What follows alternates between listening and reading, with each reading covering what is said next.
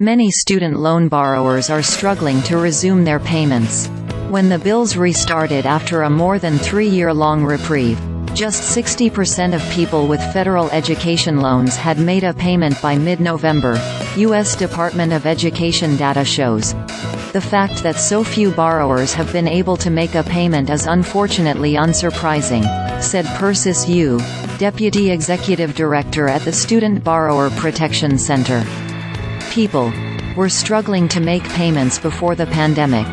Outstanding education debt in the U.S. has surpassed $1.7 trillion.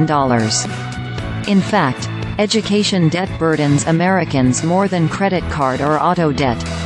The average loan balance at graduation has tripled since the 1990s, to $30,000 from $10,000. Around 7% of student loan borrowers owe more than $100,000. To help cushion the blow of resuming payments, the Biden administration is implementing a 12-month on-ramp to repayment, during which borrowers are shielded from the worst consequences of falling behind. President Joe Biden also said his administration is still trying to figure out a way to cancel student debt after the Supreme Court struck down its first plan. Here are the other options for borrowers unable to pay their bills. Struggling borrowers should first see if they qualify for a deferment, experts say. That's because their loans may not accrue interest under that option, whereas they almost always do in a forbearance. If you're unemployed when student loan payments resume, you can request an unemployment deferment with your servicer. If you're dealing with another financial challenge, meanwhile, you may be eligible for an economic hardship deferment. Those who qualify for a hardship deferment include people receiving certain types of federal or state aid and anyone volunteering in the Peace Corps, said higher education expert Mark Kantrowitz. More from Personal Finance.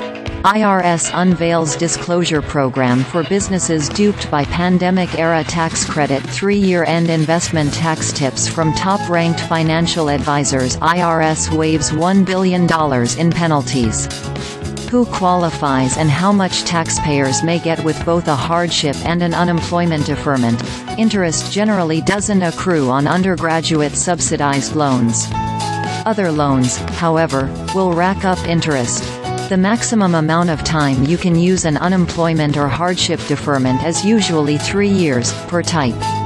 Other, lesser-known deferments include the Graduate Fellowship Deferment, the Military Service and Post-Active Duty Deferment, and the Cancer Treatment Deferment.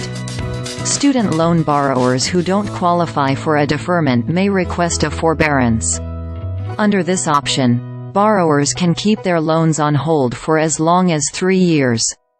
However, because interest accrues during the forbearance period, borrowers can be hit with a larger bill when it ends. Kantrowitz provided an example. A $30,000 student loan with a 5% interest rate would increase by $1,500 a year under a forbearance.